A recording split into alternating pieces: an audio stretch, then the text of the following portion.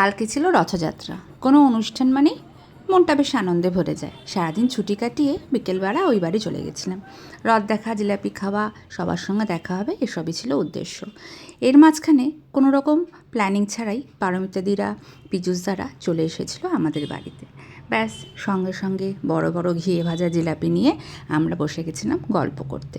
সবাই মিলে জিলাপি খেয়ে রথযাত্রার আনন্দ উপভোগ করতে করতে, হাসাহাসি করতে করতে সময়টা বেশ সুন্দর কাটছিল। যা হয় আর কি, যেটা প্ল্যানিং করে হয় সেটা কিন্তু খুব একটা আনন্দের হয় না, কিন্তু হঠাৎ কিছু ঘটলে মনটা বেশ আনন্দে ভরে যায়। তা আবার উৎসবের দিন।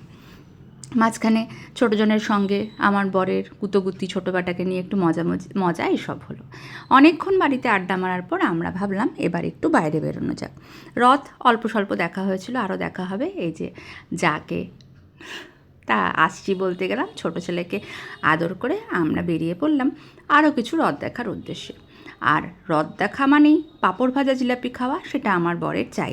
হাতে পাঁপড় নিয়ে চলে এসেছে, সবাইকে পাঁপড় দিয়ে আমরা মাঝখানে রাস্তায় আরও কিছু ছোটোখাটো রথ দেখে নিলাম। সাধারণত রথ মানে তো বাচ্চাদেরই বেশি আনন্দ। বাচ্চার পর বুড়ো হতে চললাম, এখনও আমাদের আনন্দ কিছু কম হয় না। আমরা চলে গেছিলাম রসনায়।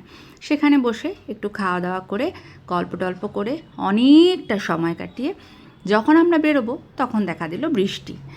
কি করব, চলো আবার আইসক্রিম খেতে শুরু করলাম। আইসক্রিম খেয়ে আরও 30-40 মিনিট আমরা গল্প করতে লাগলাম। আর আমরা মেয়েরা আছি মাঝখানে, মানে তো ছবি তোলা হবেই। প্রচুর ছবিও তোলা হয়েছে। ছবি টবি তুলে গল্প করে আনন্দ করে হাহা হিহি করে রসনার স্পেশাল যে ডিশটা আমার ভালো লাগে সেটা হচ্ছে চিজ মোগলাই। ওটা খেয়ে আমরা অনেকক্ষণ ওয়েট করে, বৃষ্টিতে আটকে গেলেও খুব একটা অসুবিধা হয়নি, গল্প করেই সময় কেটে গেল।